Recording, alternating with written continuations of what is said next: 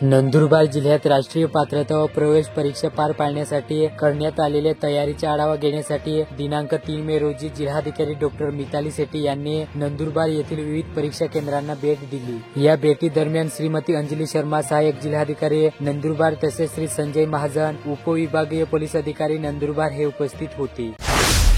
धुळे शहरातील साक्री रोड परिसरातील जुने जिल्हा रुग्णालय सध्या गंभीर पाणी टंचाईला सामोरे जात आहे। रुग्णालयात पिण्याच्या पाण्याची कोणतीही व्यवस्था नसल्याने रुग्ण व त्यांच्या नातेवाईकांना प्रचंड त्रास सहन करावा लागत आहे। उकाड्याने हैराण झालेल्या रुग्णांना गारवा देण्यासाठी लावलेले कूलर ही निष्क्रिय आहे, कारण त्यात पाणीच नाही।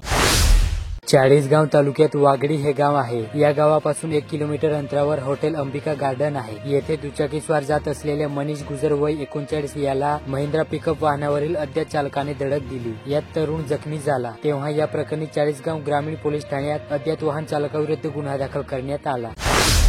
नाशिक जिल्ह्यातील निफाड तालुक्यात पिंपळगाव बसवंत येथील आगारात दिनांक 3 मे रोजी दुपारी 2 वाजता 5 नवीन बसेसची पूजन आमदार दिलीप बनकर यांच्या हस्ते करण्यात आले। पिंपळगाव बसवंत आगाराला 10 बसेस मंजूर असून त्यापैकी 5 बसेस प्राप्त झाल्या। यावेळी आमदार बनकर यांच्यासह दिलीप मोरे, विभागीय अधिकारी किरण भोसले, आगार प्रमुख मनोज गोसावी व मान्यवर उपस्थित होते। नंदुरबार शहरालगत असलेले 132 केव्ही उपकेंद्र पातोंडा सब स्टेशन येथून दिनांक 29 एप्रिल रोजी रात्री 12 ते 30 एप्रिल रोजी दुपारी 4 वाजेच्या दरम्यान 81,000 रुपये किमतीचे 6 नग 108 किलो वजनाचे कॉपर रॉड अज्ञात चोरट्यांनी चोरून नेले। याबाबत दिनांक 2 मे रोजी दुपारी मुकेश पवार यांनी नंदुरबार शहर पोलीस ठाण्यात फिर्याद दिली। त्यानुसार अज्ञात चोरट्याविरुद्ध गुन्हा दाखल झाला।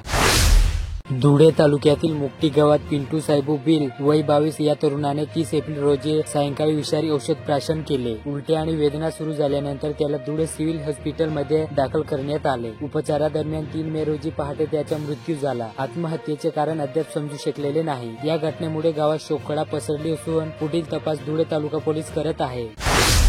जळगाव शहरातील कालिका माता मंदिर परिसरात एका 30 वर्षीय तरुणाची धारदार शस्त्राने निर्घृण हत्या झाल्याची घटना शनिवारी 3 मे रोजी रात्री 11 वाजता घडली। आकाश पंडित भावसार वय 30 राहणार अयोध्यानगर असे मयत तरुणाचे नाव आहे। या प्रकरणी शिखपेठ पोलीस ठाण्यात गुन्हा दाखल करण्यात आला।